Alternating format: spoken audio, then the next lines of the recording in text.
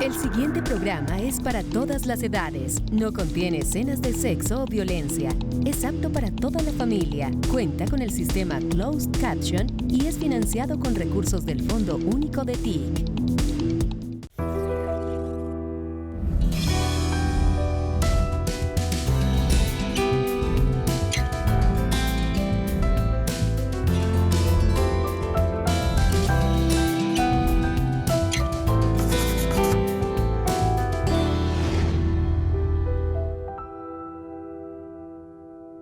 Bienvenidos a Entrevistas con Alma de País. La charla de hoy es con Wilson Arias, actual senador de la República y designado como coordinador ponente de la reforma a la salud que vuelve a estar en la escena pública.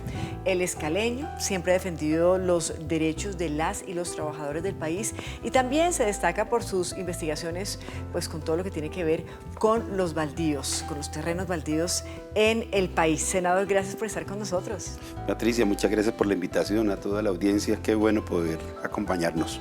Oiga, antes que nada, y lo recibo con esta imagen de fondo del Cali de su alma, porque quiero felicitarlo. Realmente, pues Cali será la sede de la COP16, esta conferencia tan importante acerca de diversidad biológica, biodiversidad, que nos pone en la escena mundial, o sea, Cali en la plataforma mundial.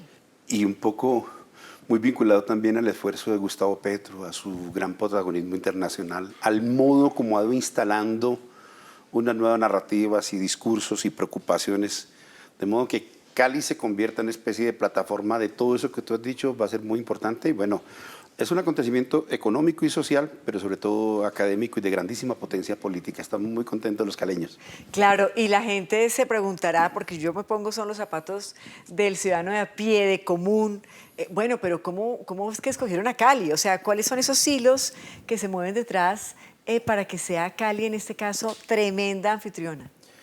Yo creo que tiene que ver con un componente político en el mejor sentido de la expresión. Siempre la política tendrá formas de ser mirada con suspicacia, pero la idea de que el suroccidente colombiano, de que el Pacífico, de suroccidente, estallido social, Pacífico colombiano, biodiversidad, y yo reconozco que también una especie de aliento que todavía no sabría cómo bautizarlo, algo así como que de convergencia regional muy a pesar de las diferencias. Es decir, con Alejandro Eder, tú sabes que yo hice denuncias tremendas sobre tierras a la familia Eder, pero tuvimos la buena iniciativa de reunirnos muy tempranamente y los temas que me planteó fue este y varios de nosotros contribuimos a auspiciarlo, de modo que digamos que es una cuota también algo así como de bájale al sectarismo, proponga una especie de convergencia en algunos temas, lo cual pienso que deja muy buen balance para la región. Y un ejemplo de conciliación, de encontrar intereses en común por encima de las diferencias al final. Exactamente. Fue explícito el alcalde en ese punto, cosa que yo le aplaudí. Te digo la infidencia. Le dije con franqueza, usted representa el pensamiento y la perspectiva del sector azucarero e inmobiliario con quien hemos tenido contradicciones, y yo creo que él en el fondo lo reconoce.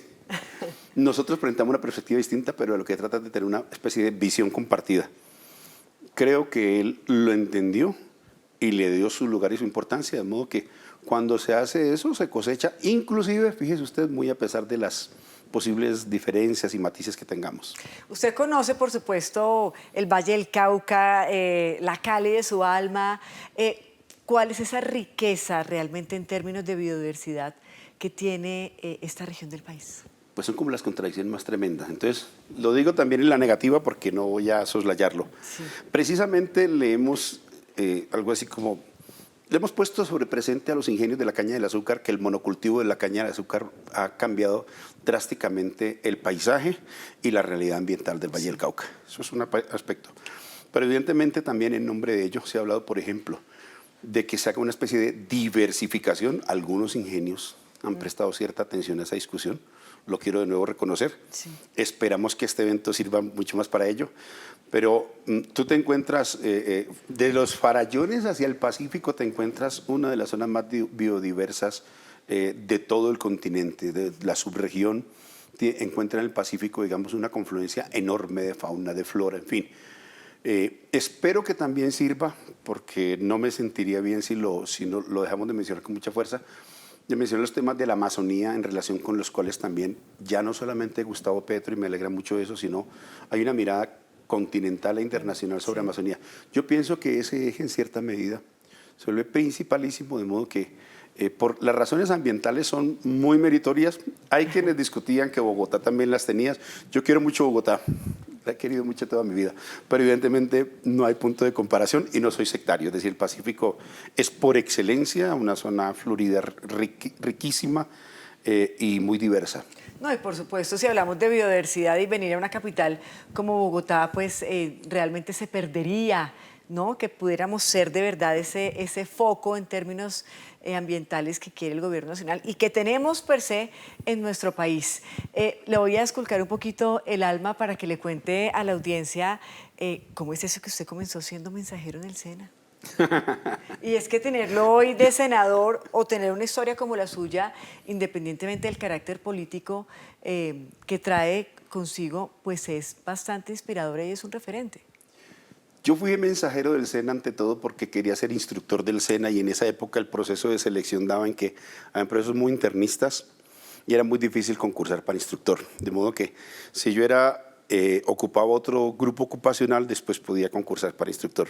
Sí. Pero es muy bonito porque yo quise ser instructor y me sometí a ser mensajero porque como estudiante del SENA encontré con que, Patricia, literalmente mi barrio lo salvaba el SENA, es decir, eran pelados muy populares. La economía popular, la zona, yo vivía cerca del barrio Torres de Maracaibo, en Cali, van a saber qué es eso. Que por esa época pues era una zona muy marginal, casi que los extramuros de la ciudad.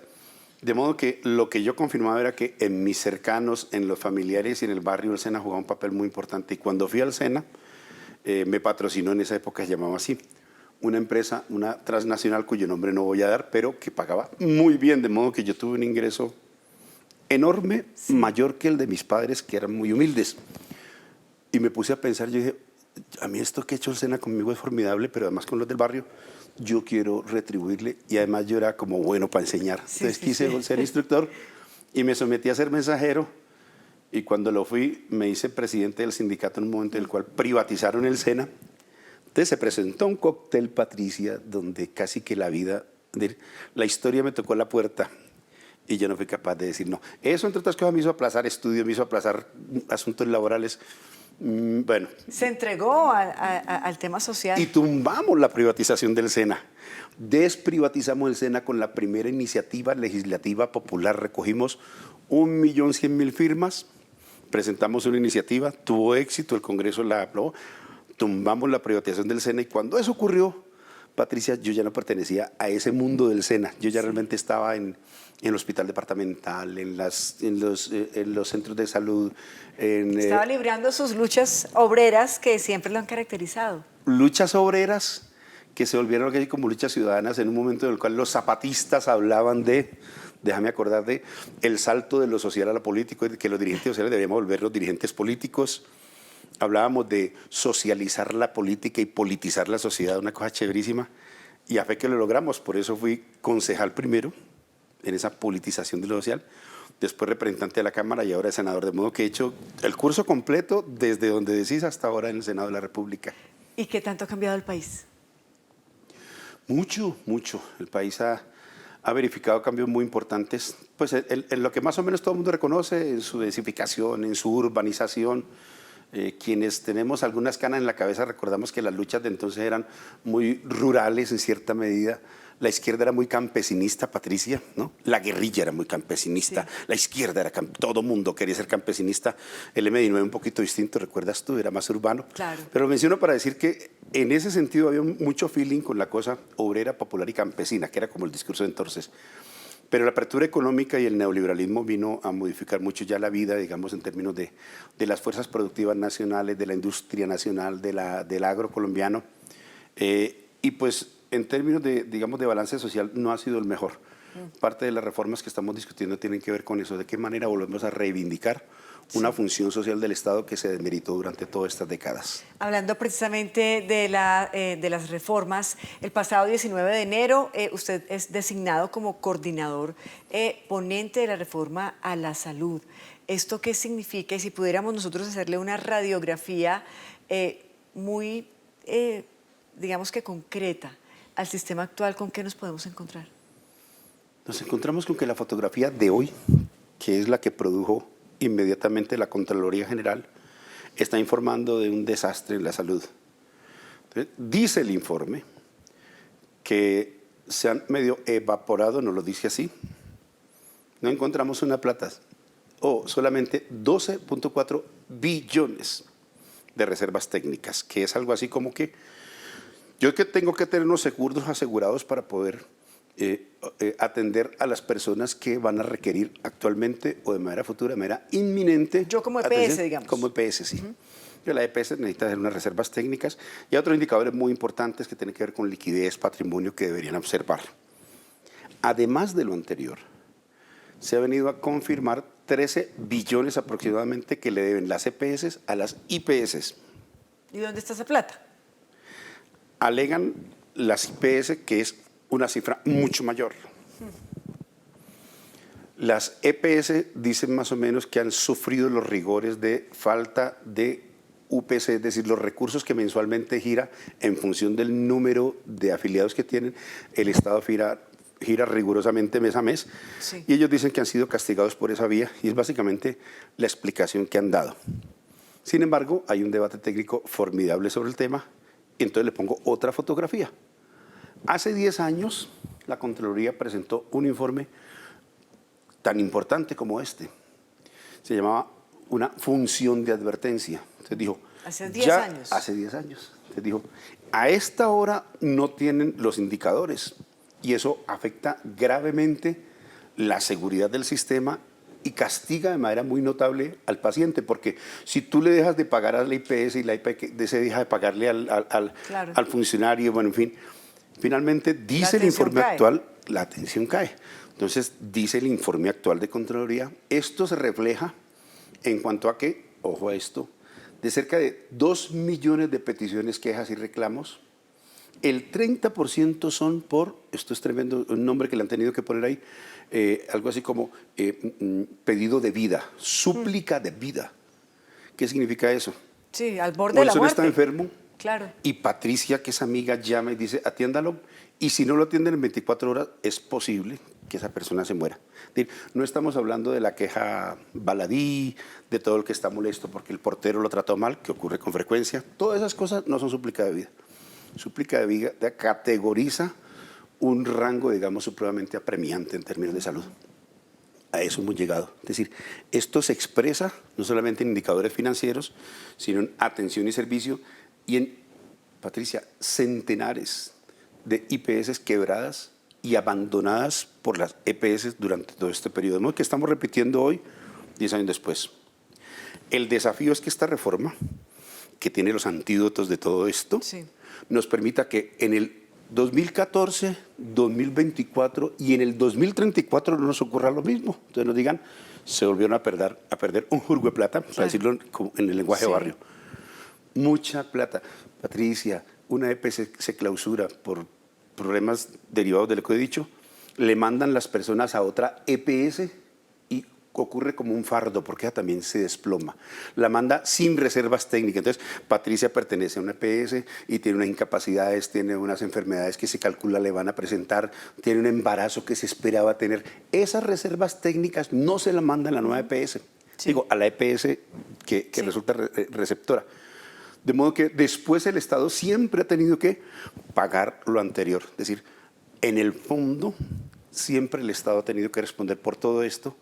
Y para resumir esta parte que es muy interesante, buena parte del alegato de las EPS es decir, nosotros jugamos un papel de aseguramiento financiero, no somos simples intermediarios, ¿no?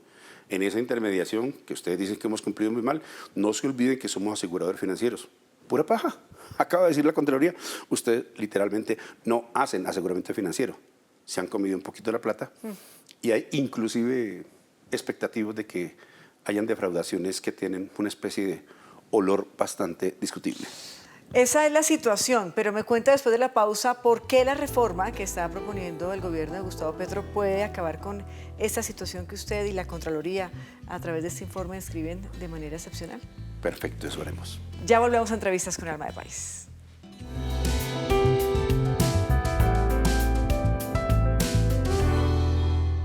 Estamos dando un gran paso. Miles de voces se han unido para lograr que la educación sea un derecho fundamental para todos los colombianos. Yo quiero estudiar para explorar el mundo.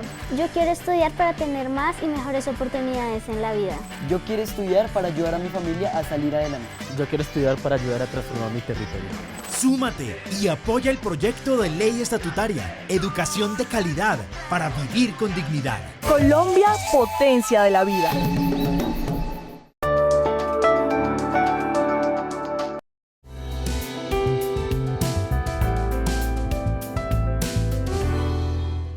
Continuamos en entrevistas con Alma de País, en esta ocasión con el senador Wilson Arias, hablando de la reforma a la salud. Y ya usted nos hacía un panorama, una radiografía de lo que ha ocurrido. Por supuesto, hay un resumen, grosso modo, de este informe de la Contraloría que nos está poniendo realmente a pensar y a reflexionar frente a la situación, no solamente financiera, sino de atención en general con todo lo que tiene que ver con la salud en el país.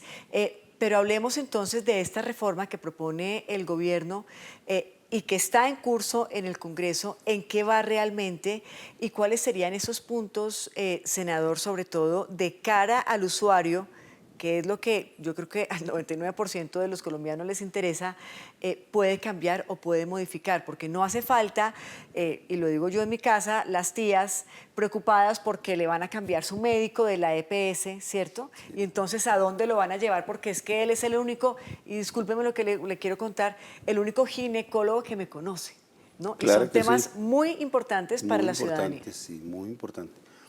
Bueno, casi que toca volver sobre una vez que ha ayudado mucho esta reforma a poner de presente. Quien presta los servicios son las IPS, las clínicas, los hospitales, en fin, estos centros de atención, no las EPS. Las EPS hacen solamente una intermediación que se justifica en función de que sepan manejar el riesgo, de que hagan una cosa que le llaman manejo inteligente del mercado, porque si no, Patricia, ¿para qué le damos plata? Claro. ¿Sí? Le da plata a alguien para que sepa administrar mejor las cosas que lo quería el Estado. Ese es el fundamento. Como eso no ha ocurrido así, y entonces de una vez le explico para que se sepa por qué razón sí puede funcionar, sino que las EPS han logrado hacerse algo que llaman integración vertical, que explica buena parte de este problema. La EPS toma la decisión de que puede construir sus propias IPS sí. y dirige, está rotunda, absolutamente demostrado. Y en esto no hay tutía. Dirigen lo fundamental de sus recursos a sus propias instituciones, aún, digamos, violando compromisos con las otras IPS, y no importa, no hay poder humano para que eso se corrija, porque resulta muy buen negocio. Sí. No tiene casi control del Estado, nunca pagan las consecuencias de esto, pero lo afirmo categóricamente, no se ha pagado las consecuencias, ni Palacino, pues, ahí andaba todavía sacándose libros de autoelogios Palacino hasta hace poco, ¿verdad? Sí. Los periodistas, algunos les sacaban libros de elogios. Bueno, ese aspecto de librarnos de ese tipo de intermediación y que la experiencia de las EPS se conviertan en gestoras, es decir, que nos ayuden, ya tienen los contactos, conocen mucho de la materia, ellas han pedido permanecer. Digamos que lo que hemos convenido es, les permitimos permanecer si y solamente si no cumplen la función anterior, sino que su experiencia y su conocimiento y su dominio lo ponen al servicio de este proceso, como la parte fundamental. Ahora, detrás de esto hay un propósito más filosófico que a mí me gusta mucho. Es un poco lo que antes han explicado, como lo que decía la abuela, que se volvió tan cierto, y es que es mejor prevenir que lamentar. Y entonces, cuando tiene un sistema que es curativo, esas mismas EPS han enderezado los asuntos para que, además de mandar a la gente a tus IPS, a los propios centros de especialistas que tú tienes, y resulta que puede ser muy rentable, puede ser, no, lo es, dejar de atender a una persona en nivel primario. Entonces, casi criminal, pero hay que decirlo. Si yo no te atiendo en el nivel primario, tal vez el costo de atención sea superior en los especialistas. Eso es como esperar que la enfermedad avance. Esperar que la enfermedad avance, y cuando decíamos esto se coge en la cabeza. ¿Cómo se le ocurre? Acaba de decirlo el Banco Interamericano de Desarrollo. Yo soy muy antiimperialista, ¿vale? Sí. Entonces, bueno, sí, yo no le aplaudo al Banco Interamericano, pero acaba de caer un documento donde dice, cerca del 40% del sistema colombiano se va en ineficiencias por esas razones. Cerca del 17 al 19% tiene que ver con que tú no atiendes a la mamá que podías haber atendido cuando le medías tu barriguita, cuando está en el embarazo y te ahorrabas una cantidad de mortalidad materno-infantil, bueno, todas estas categorías. O sencillamente con mandarle determinados exámenes a la mujer puedes tener una precaución que te permite unos ahorros impresionantes. Control Después, prenatal en ese caso. en este caso. Entonces, eso está perfectamente establecido, pero no lo dice el sindicalismo colombiano, no lo dice Wilson Arias, ese señor que viene de ser mensajero y no sé qué más. No, esto lo dice el Banco Interamericano de Desarrollo, quien repite básicamente lo que había dicho la Organización Panamericana de la Salud hace mucho tiempo. Esto se trata de una especie de corpus conceptual que se ha venido solidificando, diciendo, por Dios, hubo eventos internacionales para recomendarle al mundo que hicieran esto. La pregunta es, Patricia, ¿por qué no se ha hecho? No se ha hecho porque hay poderes fácticos. Porque es que manejar, Patricia, 84 billones de pesos cada año te da un poder enorme para lograr incidir en las esferas de la política y de las decisiones, de modo que se siga reproduciendo. Después de 30 años tenemos un informe de Contraloría como el que acabamos de tener. Patricia, ¿por qué no antes? Solamente hubo una función de advertencia que advirtió, como su nombre indica, hace 10 años. Digo, ¿va a ocurrir esto? Bueno, ocurrió. 30 años para tener un documento como estos que es lacónico, es categórico. Digo, ¿por qué no antes? Bueno, y si ya ocurrió, bueno, te quiero decir que hoy hay una presión muy grande sobre el Congreso de la República. Digamos, eso que llaman algo así como la captura corporativa del Estado, que alguien dice, como esa película Matrix, ¿no? Sí, sí. Uy, esto parece la película Matrix, eso es un invento del Arias, ¿qué tal? No, está perfectamente documentado que los poderes son tan enormes que logran a veces doblegar lo que el interés general y el sentido común estaría diciendo. Y entonces explíquenos en términos de esos recursos económicos de los que usted está hablando, ¿cuál es la propuesta del Congreso de manera muy didáctica que podría pasar entonces, que podría, digamos que sacar de ese manejo de recursos a las EPS, volverlas gestoras, y qué pasaría con las IPS entonces?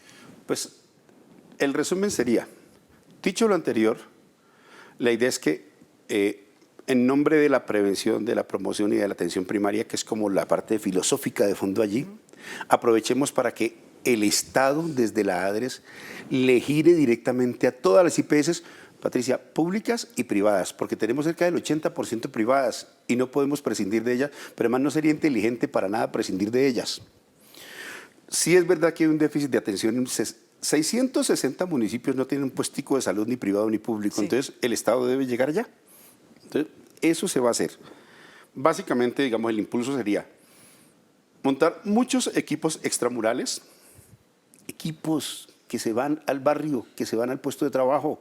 Entonces tiene un psicólogo, tiene un odontólogo, tiene qué sé yo. ¿Y está el profesional para eso? Claro que sí. ¿Y está la logística y está el recurso? Es decir, entre comillas, el mercado laboral los desaprovecha y podríamos aprovecharlos muy bien. Si a eso le sumas la conformación de los centros de atención primaria, que son pues, el hospital de pueblo, ¿sí? O reorganizado para que tenga atención, qué sé yo, de parto, para que tenga odontología, para que tenga lo que hemos mencionado. Ese respaldo está establecido, te resuelve cantidad de problemas en salud, en términos de ahorro, pero a veces me quedo mucho en lo económico, por cierta tendencia que tenemos, por la crítica tan acerba que tenemos, pero es que esto es un problema de humanidad, es decir, esto no es solamente lo que nos vamos a ahorrar, nos vamos a ahorrar, si te ahorras de 84 billones el 40% en ineficiencias, haz de cuenta que no ahorras el 40, digo, el 30, el 35, qué sé yo, ¿cuánto estás ahorrando? Claro. Si dicen que los medicamentos... Para invertirlo en atención al final. Claro. Fíjate un dato, las farmacéuticas son muy poderosas. Dice el Banco Interamericano de Desarrollo, no el sindicalismo del señor Wilson Arias, el Banco Interamericano, que desde que sale del laboratorio hasta que te expenden, hay un sobrecosto de los medicamentos del 20% o más. Si el Estado compra masivamente, con todo el control, una cantidad de medicamentos que tienen los costes tan altos, es posible que un señor de la farmacéutica que no esté muy interesado, pero socialmente es de una conveniencia enorme. De modo que se trata de determinaciones que son más o menos de cierto sentido, como Patricia, si vos fueras ministra harías lo mismo. Oiga, esto es lo que hay que hacer, lo hacemos ya, esto no tiene mayor... No, los poderes fácticos lo han evitado, lo han impedido. Y eso ahora, es decir, no utilizo la intermediación de las EPS. Le pido a las EPS que cumplan con los indicadores, que cada vez son menos, ya son apenas 5 o 4, que me ayuden como gestoras y le ayudo a repartir el país, pero usted no me va a hacer integración vertical. Yo territorializo, usted se me aplica un territorio, que es la otra que es muy importante, que es elemental. Pero además, esto está descubierto, esto es lo que hacen los europeos, pues un poquito, si se trata de esa especie de complejo no provinciano, tranquilos. Es decir, esto está hecho en Europa, esto está inventado, exacto. esto está inventado y funciona muy bien. Si se aprueba esta reforma tal como lo está planteando usted, estamos hablando de, esto no es de la noche a la mañana, esto no es que un día se apagó y en la mañana se prendió. ¿Cuánto duraría esa transición y qué tanto han ustedes estudiado quizás el caos natural que ocurre con los cambios? Los cambios impactan siempre, de modo que se ha hablado bastante de la transición. De hecho, quiero hacer un reconocimiento, porque fueron fuerzas más bien de oposición al gobierno las que hicieron notar la importancia de que se diera más espacio al tema de la transición. Yo reconozco que algo hay como el entusiasmo y cierta idea de que tenemos las condiciones para hacerlo, no precavió suficientemente lo que han advertido sectores de oposición, que yo les hago un reconocimiento, y hay que decir, en esto no hay perdedores y ganadores. Esa observación se atendió y me parece muy bien que el gobierno nuestro la haya atendido. Vamos a tener unos años, vamos a tener 2 años, vamos a tener unos procesos. ¿Cuántos años? Que son, para unas cosas un poquito más, para otras un poquito menos, pero yo creo que entre 1 y 2 años vamos a tener una primera fase muy importante, ¿no? Y tiene que tener también una especie de respaldos financieros que son, pero que son, de nuevo, Patricia, es decir, nos han dicho que estas son las cuentas alegres. No, estas son las cuentas alegres. Es que tú ya has establecido que hay una especie de ineficiencias, por decirlo menos, ¿no? O inclusive defraudaciones más o menos constatadas, que si tú las suprimes, alguien dijo que en Colombia roban tanta plata que de pronto no era que faltara mucho a veces, sino que necesitábamos gente un poquito más honrada. Yo no tengo otra manera de decirlo, Patricia. Si logramos, para no endilgarle a nadie en particular, si logramos una especie de control muy importante, serio, Patricia, no hay un sistema de información unificado de la salud. No existe. ¿A quién le conviene que no exista, Patricia? Vos te vas a hacer cuentas en los bancos, es decir, todas las transacciones bancarias que son enormes, son millonarias en el país, puedes tenerla en línea sabiendo qué transacciones hizo Patricia, porque es muy fácil establecerlo. Pero en la salud no. Si tú logras un sistema de información, si tú logras los niveles de control, si tú suprimes algunos procesos que están mucho más que advertidos, que son fuente de esas ineficiencias y de malos manejos administrativos muy turbios, coincido con lo que ha dicho el Ministerio de Hacienda. Dijo, eso cuesta más o menos el 0.6% del PIB, menos del 1% del PIB. Y vamos a tener una salud supremamente distinta, que va a ser mucho más útil para las próximas generaciones. Y ya para ir finalizando, porque quisiéramos sentarnos aquí mucho tiempo con usted para seguir conversando sobre el tema y despejar tantas dudas que tiene la ciudadanía, ¿cuál es el camino que viene ahora en el legislativo en la reforma? ¿Qué va a pasar? ¿En cuánto tiempo podríamos tener realmente una respuesta? ¿Y cómo siente usted ese mood en el Congreso? Bueno, tenemos hasta junio para hacerlo de este semestre. Y hay varias reformas. También está la pensional, también está la laboral. Pero esta se ha puesto muy en orden del día, de modo que vamos a hacer su fase final. Yo sentí, no puedo haber otra cosa que explicar esto, yo sentí que en época electoral era más difícil conversar con el Congreso de la República estos asuntos porque había una especie de mano férrea desde los partidos que te decían, si votas esto te niego el aval. Se dijo. Sí. Hubo presidentes de partidos que decían, me votas mal, te niego el aval. Ahora, en mi opinión, tampoco puedo dejar de confesarlo, con mucha frecuencia hay vínculos muy orgánicos entre sectores de esos partidos y el negocio de las farmacéuticas y el negocio de las EPS, de modo que explica en buena medida que eso ocurre. Financias campañas electorales, financias al Ejecutivo, es decir, esto, el sector azucarero financió para que no hubiera impuestos saludables. Disculpe, esto acaba de ocurrir en Colombia, de modo que se comprende perfectamente que hay una especie de matriz muy vinculada orgánicamente, de modo que los partidos... Hay un documento muy interesante de Luis Jorge Garay que habla de la captura instrumental de los partidos por estos señores. Una captura instrumental. Yo te convierto en instrumento de este negocio. Ahora, eso, pero mucho más en toda esa época preelectoral de Mitaca, como llamaríamos, de alcaldía y todo eso. Después yo pienso que ha habido un poco más de, entre comillas, libertad para discutir. Yo lo siento, yo lo siento. Sí, yo lo siento. O sea, usted Converso está- con más usted tranquilidad. Sí, ¿Tiene converso- fe en que van a aprobar esta reforma? Sí tengo fe. Sí Pero tengo tiene fe. que haber una conciliación. Sí, se tenemos van que a hablar ceder y de ambas explicar partes. mucho, Patricia, explicar a la ciudadanía, a los partidos, a los actores de la política, inclusive a las EPS, no porque ellos no sepan, sino un poco para decir el verdadero sentido, porque también hay mucha especulación sobre lo que queremos, ¿no? De modo que yo creo que con un buen manejo serio, entendiendo que tenemos matices, diferencias y contradicciones, he dicho yo. Contradicciones porque hay intereses contradictorios en juego. Sí. Pero el primero es confesártelo para darle lugar. Entonces los trabajadores dicen, Wilson, no nos traten así. La CPS dice, pero ¿cómo le van a pagar todos esos señores? Ese control tarifario no puede ir de esa manera. Las IPS dicen, Wilson, se le está olvidando que nos deben mucho más. ¿Ya aceptaron el informe de Contraloría? Sí. Tú tienes la EPS aquí. Oiga, nos deben más y vos te aguantas ese, Wilson. Es interesantísimo. Pero yo creo que el arte está, de una parte, Patricia, en intentar de verdad representar los intereses generales.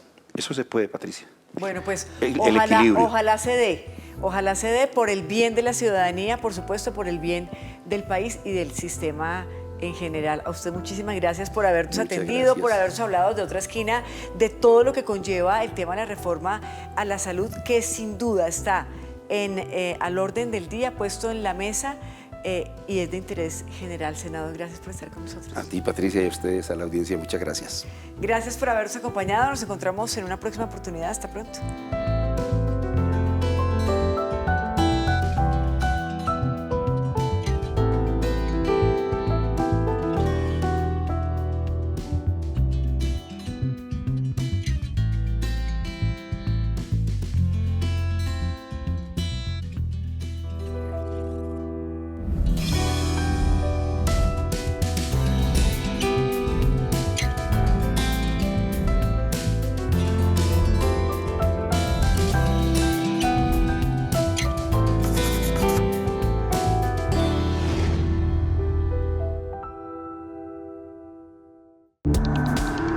Este contenido fue financiado con recursos del Fondo Único de TIC.